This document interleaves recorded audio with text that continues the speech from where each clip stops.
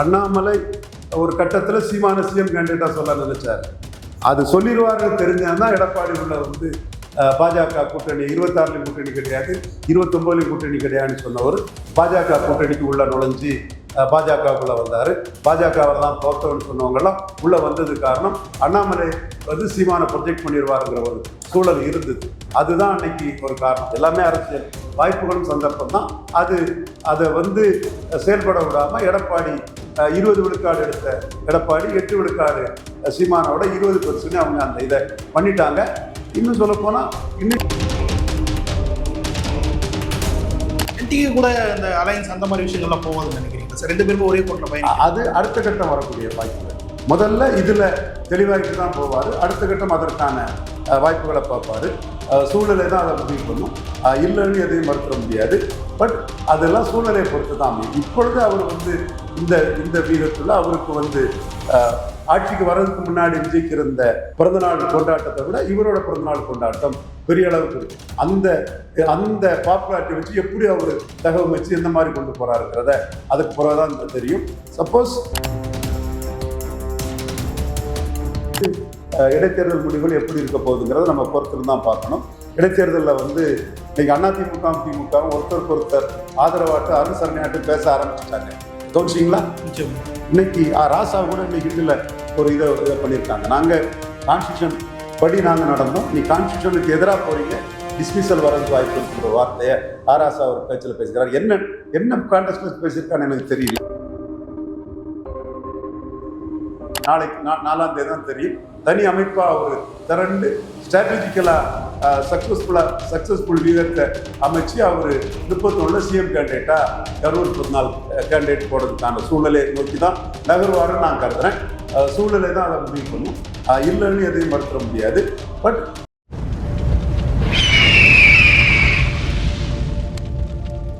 அரசியல் கருத நேயர்களுக்கு வணக்கம். இன்று நம்ம வந்து சிறப்பு அரசியல் தலைவர் திரு ரவீந்திரன் துரைசாமி அவர்கள். வணக்கம் சார். வணக்கம். எப்படி இருக்கீங்க சார்? நல்லா இருந்தது சார். அண்ணாமலை அவர்கள் புதிய கட்சி தொடங்க போறார் அப்படின்னு இருக்கக்கூடிய செய்திகள் சமீபத்தில் வெளியாகிந்து புகழ ரஜினிகாந்த் அவர்களை சந்தித்துள்ளார் அப்படின்னக்கூடிய செய்திகள்லாம் வெளியாகுது. இன்னொரு பக்கம் சீமான் அவர்கள் எதுவும் ஒரு சாஃப்ட் காரணம் காட்டுறாரு, கூட்டணி நிலைப்பாடு ஏற்படுத்தலாம் அப்படின்றக்கூடிய ஒரு ஐடியாவில் இருக்காங்க அப்படின்ற மாதிரி செய்திகள்லாம் போகுது. இந்த செய்திகளின் பின்னணி என்ன நினைக்கிறீங்க sir? Day to day politics, இன்னைக்குள்ள கரண்ட் பொலிட்டிக்ஸில் அண்ணாமலைக்கு இன்னைக்குள்ள வரவேற்பு முதலமைச்சராக விஜய் வர்றதுக்கு முன்னாடி இருந்த வரவேற்போட பெருசார். விஜய் பெரிய ஸ்டார், சூப்பர் ஸ்டார். ரஜினிகாந்துக்கு அடுத்தபடி அவர் ஒரு பெரிய நட்சத்திர நடிகர் தான், அதில் எந்த மாற்றமும் இல்லை. ஆனால் அவர் பிறந்த நாள், அவர் இன்னைக்கு முதலமைச்சராக வந்தது. இன்னைக்கு ரேஞ்சு வேற. 35 விழுக்காடு ஓட்டு வந்துட்டார். மக்கள் தலைவர் எம்ஜிஆரை விட 4.6 விழுக்காடு ஓட்டு அதிகம். அவரே திருச்சியில் கிளைம் பண்ணார். அவர் கிளைம்க்கு முன்னாடி இந்த உண்மையை டேட்டாவை சொன்னது நான் தான். இருக்கட்டும். ஆனால் அவர் பிறந்த நாள் 30 ஊரில் தான் கொண்டாடப்பட்டது. அவர் ஆட்சிக்கு வர்றதுக்கு முன்னாடி அவருடைய தாவேகா கட்சி தலைவர் பிறந்த நாள் 30 ஊரில் தான் கொண்டாடப்பட்டது, அன்னதானம் வழங்கப்பட்டது. இன்னைக்கு அண்ணாமலைக்குள்ள வேல்யூங்கிறது பல மடங்கு தமிழ் மண்ணில் இருக்கு. பெரிய ஒரு ஸ்டாரா அண்ணாமலையை பார்த்து இப்போ செங்கல்பட்டுல அந்த தம்பி பேர் என்ன சொல்லுங்க தம்பி, சுபாஷ் குமார்னு ஒரு தம்பி செங்கல்பட்டை கலக்கிறாரு. உத்தம ராமசாமின்னு ஒரு தம்பி அங்கே கோயம்புத்தூரை கலக்கிறாரு. என் மச்சினை மணிவர்ண பெருமாள் கண்ணங்குளம் பஞ்சாயத்து தலைவராக 10,000 பேர் உள்ள ஒரு பஞ்சாயத்துக்கு 3 தடவை தலைவராக இருக்கான். எங்கள் அப்பாவோட சகோதரி மகன். அவன் வந்து அண்ணாமலை கூட நான் சேரட்டா தாண்டி கேட்குறான். சிவா ரியல் எஸ்டேட் ஓனர் கன்னியாகுமரியிலேருந்து, அண்ணாமலைக்கு நான் பிறந்தநாள் பெருசாக பண்ணட்டா சார், உங்கள் நண்பர் தானே அவர், நான் பண்ணுறேன் சார்னு அவன் சொல்கிறான். ஸோ அண்ணாமலைக்கு இன்னைக்கு நாளைக்குள்ள பிறந்த நாளைக்குள்ள 4ஆம் தேதி உள்ள பிறந்த நாளைக்குள்ள இது வந்து விஜய் சிஎம் ஆகிறதுக்கு முன்னாடி அவர் பிறந்த நாளுக்கு இருந்ததை விட பல மடங்கு இருக்குது. ஸோ அண்ணாமலை ஒரு ராணி தேதி, அவரை சுற்றி பெரிய மக்கள் கூட்டம், அவரை நம்பி இந்த ஏரியாவில் தமிழ்நாட்டில் அண்ணாமலையை நான் உருவாக்குவேன். என் ஏரியாவில் நான் என்ன உருவாக்கிடுவேன். அது ஒன்றியம்னாலும் சரி, நகரம்னாலும் சரி, மாவட்டம்னாலும் சரி, மாவட்டத்துக்கு பல பேர், இப்படி பல சக்திகள் அண்ணாமலைக்காக இருக்கிறாங்க. விஷ்ணு பிரசாத் மதுரை தம்பி முழுக்க அண்ணாமலை கூட அன்னையிலிருந்தே இன்னைக்கு வர ரொம்ப லாயலா இருக்கிறாப்புல. இப்படி பலரும் வந்து அண்ணாமலையை நம்பி ஒரு பெரிய அரசியல் சக்தியா வருவார். அண்ணாமலைக்கு ஒரு நம்பிக்கை. 2026க்கு முன்னாடி விஜய் பிறந்த நாள்ல விஜய் இன்னைக்கு முதல்வர், அது வேற விஷயம். இதை விட பெரிய அளவு அண்ணாமலைக்கு வைப்ரேஷன் இருக்கு.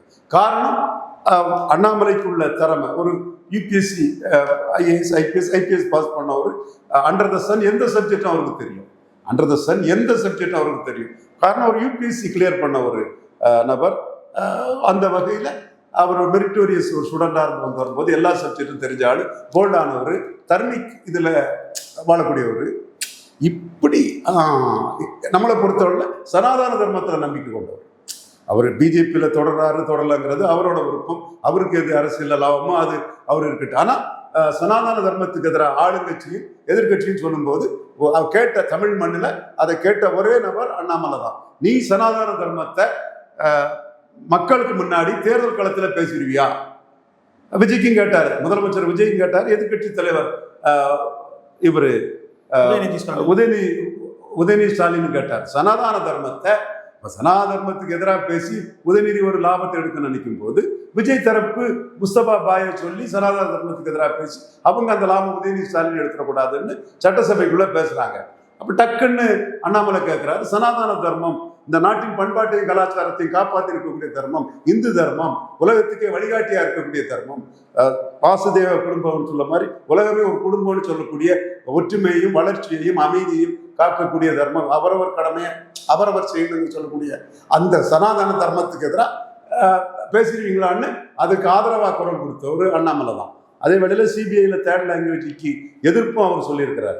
ஸோ அவர் என்ன முடிவு எடுக்க போறாருங்கிறது நாளைக்கு 4ஆம் தேதி தான் தெரியும். தனி அமைப்பாக அவர் திரண்டு ஸ்ட்ராட்டஜிக்கலாக சக்சஸ்ஃபுல் வியூகத்தை அமைச்சு அவர் 31 சிஎம் கேண்டிடேட்டா 234 கேண்டிடேட் போடுறதுக்கான சூழ்நிலையை நோக்கி தான் நகர்வாருன்னு நான் கருதுறேன். பொறுத்திருந்து பார்ப்போம். என்டிஏ கூட இந்த அலைன்ஸ் அந்த மாதிரி விஷயங்கள்லாம் போகாதுன்னு நினைக்கிறீங்களா சார்? 2 பேரும் ஒரே கோட்டில் பயணம், அது அடுத்த கட்டம் வரக்கூடிய வாய்ப்புகள். முதல்ல இதுல தெளிவாயிட்டு தான் போவார். அடுத்த கட்டம் அதற்கான வாய்ப்புகளை பார்ப்பாரு. சூழ்நிலை தான் அதை முடிவு பண்ணும். இல்லைன்னு எதையும் மறுத்துட முடியாது. பட் அதெல்லாம் சூழ்நிலையை பொறுத்து தான் அமையும். இப்பொழுது அவர் இந்த வீகத்துல அவருக்கு ஆட்சிக்கு வர்றதுக்கு முன்னாடி விஜய்க்கு இருந்த பிறந்தநாள் கொண்டாட்டத்தை விட இவரோட பிறந்தநாள் கொண்டாட்டம் பெரிய அளவுக்கு இருக்கும். அந்த பாப்புலாரிட்டி வச்சு எப்படி அவர் தகவல் வச்சு எந்த மாதிரி கொண்டு போறாருங்கிறத அதுக்கு பிறகுதான் தெரியும். சப்போஸ் இவர் அம்பாசமுத்திரத்தில் இப்போ சீமான் காமன் கேண்டிடேட்டா வந்தாருன்னா அதற்கான ஆதரவு வளையங்களை கூட அவர் கொடுக்கலாம். அல்லது அது வேற விஷயம். அவர் இன்னைக்கு தன்னோட பாப்புலாரிட்டியை மையமாக வச்சு ஒரு மாற்று சக்தியா, விஜய்க்கு ஒரு மாற்று சக்தியா வர்றதுக்கான ஒரு முயற்சியில் அவர் ஈடுபட்டார். இன்கேஸ் இவர் தனியாக நிற்கும் பட்சத்தில் இப்போ களத்தில் பார்த்தீங்கன்னா டிவிக்கே பெருசாக டேமேஜ் பண்ணுவாருன்னு நினைக்கிறீங்களா சார் அண்ணாமலை அவர்? அதாவது டிவிக்கே ஓட்டுங்கிறது ஒன் டைம் ஓட்டு. அது கூடுதா குறையுதான்னு ஒரு டெஸ்டிங் கிரவுண்ட் வந்தால் தான் தெரியும். மீண்டும் சொல்கிறேன், டெஸ்டிங் கிரவுண்ட் வந்தால் தான் தெரியும். ஆனால் இப்போ கூடி இருக்கு. காங்கிரஸ் ஒரு 2% ஓட்டு இருக்கும், அது கூட்டிச்சு உள்ள 2 மந்திரி, ஆளுக்கு 1%, நாடார் 1, பறையர் 1, 2% ஓட்டு கூட்டிட்டு, பிசிகா ஒரு 2% ஓட்டு கூட்டிட்டு, இவர் வன்னியரசு மந்திரி 4 கூட்டிடுச்சு. முஸ்லீம் லீக் அவங்களுக்கு கேட்லிஸ்டா திமுக கொடுத்த முஸ்லீம் ஓட்டை கொண்டு வந்துருவாங்க. ஒரு திமுக கொடுத்த முஸ்லீம் ஓட்டை அவங்க கொண்டு வந்துருவாங்க. உண்மை. ஸ்டாலின், உதயநிதி ஸ்டாலின் மற்றும் திமுகவினர் இதை புரிஞ்சுக்குவாங்கன்னு நான் நினைக்கிறேன். அது அவங்க முடிவு. பட் என்னை பொறுத்தவரை கொண்டு வந்துருவாங்கங்கிறதான் என்னோட பார்வை. 6 கம்யூனிஸ்ட் ஒரு 6.5% தான் கம்யூனிஸ்டுக்கு, 6.5% தான் கம்யூனிஸ்டுக்கு. 6, 1, 7 ஒரு 7% ஓட்டு அவருக்கு கூடியிருக்கு. 35 + 7 42 விழுக்காடு பலத்தில் அவர் இருக்காரு. ஆனால் தமிழ் மண்ணில் நானே ஏமாந்த ஒரு இடம், காம்பினேஷன் கெமிஸ்ட்ரியில் 33 பலத்தில் இருந்த திமுக 50க்கு போனாங்க, 45 குறைய மாட்டாங்கன்னு சொல்லும்போது கூட்டணி கட்சிகள் 2026 ஸ்டாலினுக்கு கை கொடுக்கல. காங்கிரஸ் ஓட்டு பெருமளவு 35 எடுத்திருக்காருல விஜய், அதில் பெருமளவு காங்கிரஸ் ஓட்டு போயிட்டு, பிசிகா ஓட்டு 35 எடுத்திருக்காருல, அதில் பெருமளவு பிசிகா ஓட்டு, தென் முஸ்லீம் லீக் ஓட்டு சிறிய அளவாவது முஸ்லீம் லீக் ஓட்டு விஜய்க்கு வந்துடுச்சு.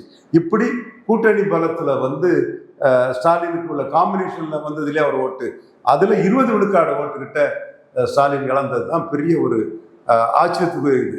அப்போ 3 முறை வெற்றி பெற்று 3 முறை 45 விழுக்காடு வந்த ஸ்டாலின் 20 விழுக்காடு இழப்பாருன்னா ஏன் ஒரு முறை வெற்றி பெற்ற விஜயால அந்த இழப்பு வராது விஜய்க்கு? புரியுது. ஸோ இது டெஸ்டிங் கிரவுண்டில் தான் தெரியும்.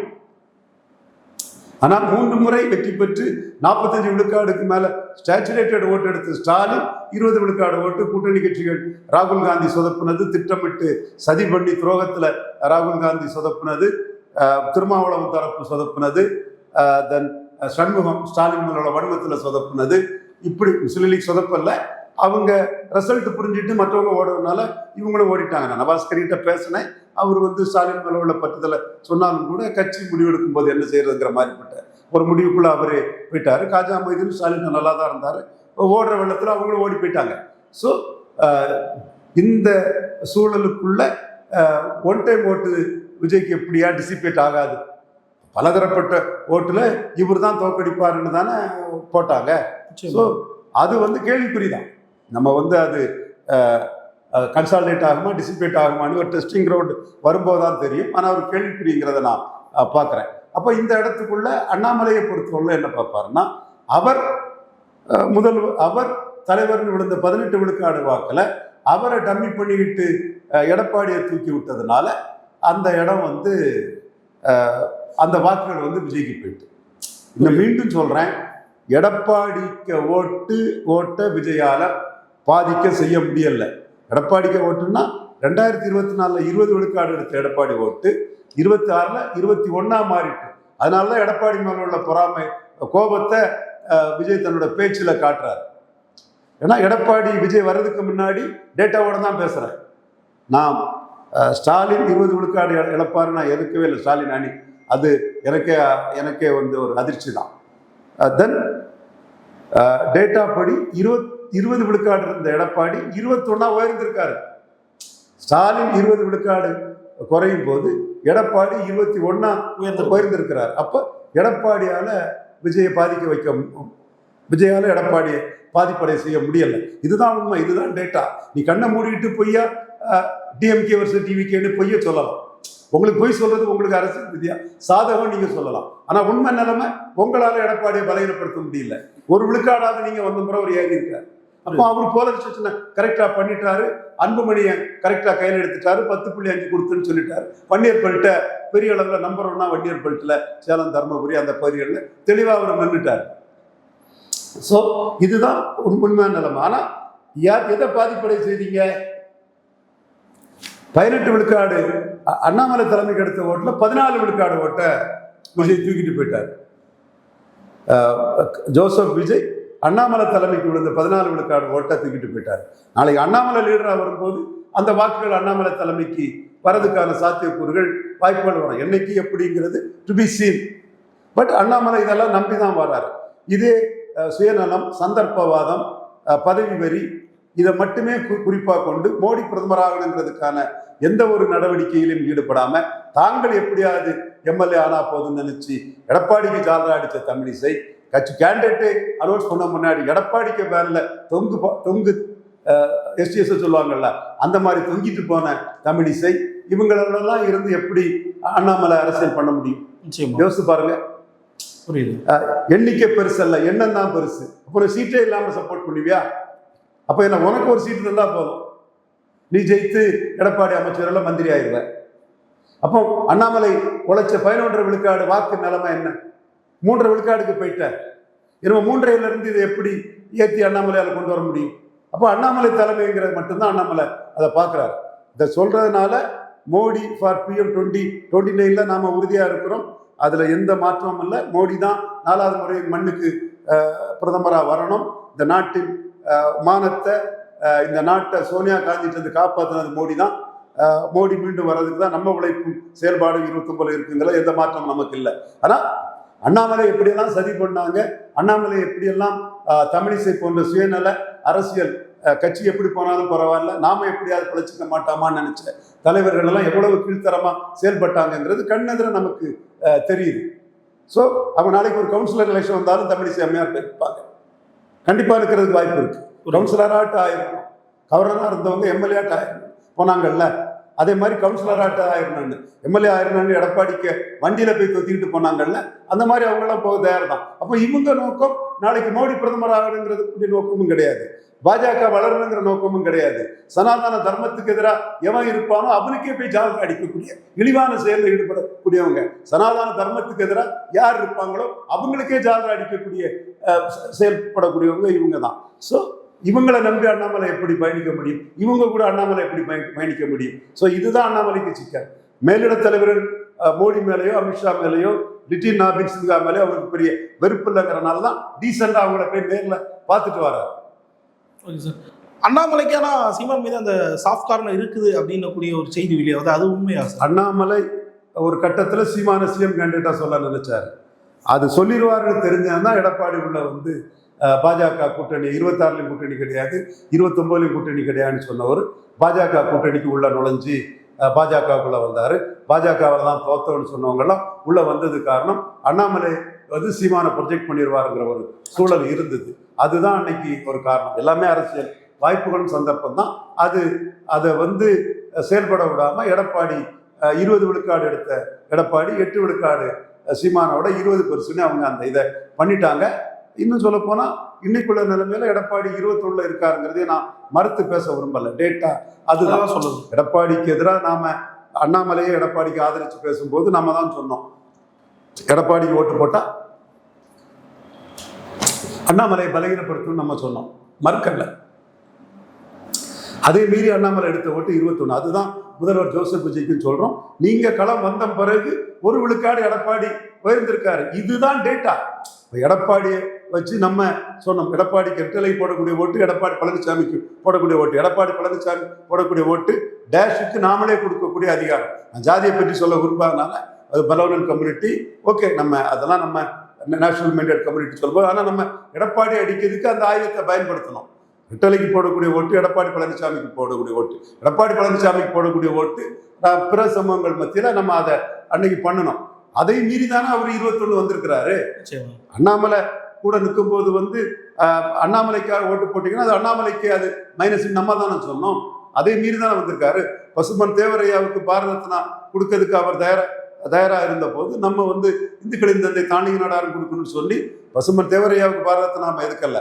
ஆனா எடப்பாடி அதை வச்சு அரசியல் பண்றதை நம்ம அடிச்சு தானே இந்த ஓட்டுக்கு வந்திருக்காரு. அன்னைக்கு பாரத ரத்னா தேவரையா கொடுத்துருப்பாங்கன்னா 15 சீட்டாவது கூட வந்திருக்காதா இல்லையா எடப்பாடிக்கு? அது வேற மாதிரியே பொலிட்டிக்கல் டைனமிக்ஸே போயிருக்கும். பட் நம்ம இதெல்லாம் எடப்பாடிக்கு எதிராக செய்தோம். Identify the enemy Baba Saheb Bhimrao Ambedkar சொன்ன மாதிரி எடப்பாடி தான் எதிரின்னு சொல்லி தான் நம்ம களமாடணும். இன்னும் சொல்ல போனா விஜயை எம்ஜிஆர் ஜெயலலிதா செங்கோட்டையும் பேரை வச்சு எடப்பாடியை பலகீனப்படுத்துவாருன்னு சொன்னது நம்ம தான். சத்யபாமா, லோகேஷ், சுப்பிரமணியம், ரெட்டியார்பட்டி நாராயணன், RS முருகன் எல்லா பேரும் அதிமுகவுக்குள்ள இருந்த அத்தனை பேரையும் சொல்லி விஜய் இரட்டையிலையை பலகீனப்படுத்துவாருன்னு சொல்லி எடப்பாடிக்கு எதிராக நம்ம பேச நம்ம தான். அதே மீறி எடப்பாடி 1 விழுக்காடு கூட்டிட்டாருன்னா முதலமைச்சர் ஜோசப் விஜய் தன் மனச்சாட்சிப்படி இந்த உண்மையை தொட்டு பார்க்கணும். ஸோ எடப்பாடி வந்து 21 விழுக்காடுல இன்னைக்கு இருக்காருங்கிறது 100% உண்மைதான். ஆனால் நேற்றைய தினம் அண்ணாமலை எடுத்த 11.5 விழுக்காடு வாக்குனை 3 குறைஞ்சிட்டுன்னா அது அண்ணாமலைய சுயநலவாத பாஜக தலைவர்கள் சதி பண்ணி காலி பண்ணிட்டாங்க.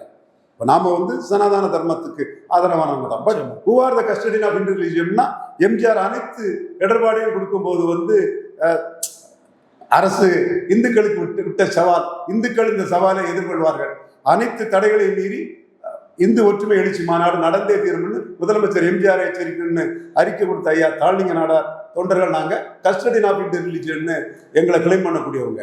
அந்த வகையில் தான் நாங்கள் சனாதன தர்மத்துக்கு ஆதரவாட்டும் மோடி 29 பிரதமர் ஆகிறதுல நாங்கள் உறுதியாக இருக்கிறோம். ஆக இந்த கட்சிக்குள்ள சுயநலம், சந்தர்ப்பவாதம், தான் எம்எல்ஏ ஆனா போதும், தனக்கு பலன் கிடைச்சா போதும், அண்ணாமலை மீது பொறாமை காழ்ப்புணர்ச்சி, இந்த மாதிரி செயல்படக்கூடியவங்களை வச்சுக்கிட்டு அண்ணாமலை எப்படி ஒரு பெரிய வாராத வந்த மாமணியா வந்த அண்ணாமலை சர்வே பண்ண முடியுங்கிறதா இப்ப பெரிய கொஸ்டினா இருக்குது. இன்னும் டெல்லி தலைமை அண்ணாமலைய முக்கியத்துவத்துக்கு உணர்றாங்க. இன்டெலிஜென்ஸ் ரிப்போர்ட் போகுது. அண்ணாமலை பிஜேபிக்கு வெளியே நின்னா விஜய் ஒரு பெரிய தலைவராக வந்த மாதிரி விஜய்க்கு மாற்று அண்ணாமலைன்னு வரக்கூடிய அளவு கூட அண்ணாமலைக்கு ஒரு கிரிப்பு வரலாங்கிற ஒரு பார்வை வருது. ஸோ டெல்லி பாஜகவும் அதை கருத்தில் கொண்டு அண்ணாமலையை சமாதானப்படுத்தி கேபினெட் மினிஸ்டர் மாநில தலைவர் நீங்களாட்டே இருங்கன்னு சொல்ல மாதிரிப்பட்ட சில மூவ்ஸ் நடக்கதா சொல்றாங்க. 4ஆம் தேதி தான் அண்ணாமலை முடிவெடுப்பார். என்னோட பார்வை ஒரு தனி அமைப்பா வந்து செயல்படுவாருன்னு கருதுறேன். இந்த மாதிரி விஷயங்கள்லாம் போயிட்டு இருக்கும்போது ஒரு செய்தியை எல்லாம் பரப்புறாங்க, பாஜக பீத்தியமா அண்ணாமலை செயல்படுறாரு அப்படின்ற மாதிரி ஒரு விஷயங்கள்ல பரவுது. எது எப்படி பாக்குறீங்க? பாஜக எதிர்ப்பு ஓட்டுலாம் ஸ்டாலின்கிட்ட இருந்து விஜய்கிட்ட போயாச்சு.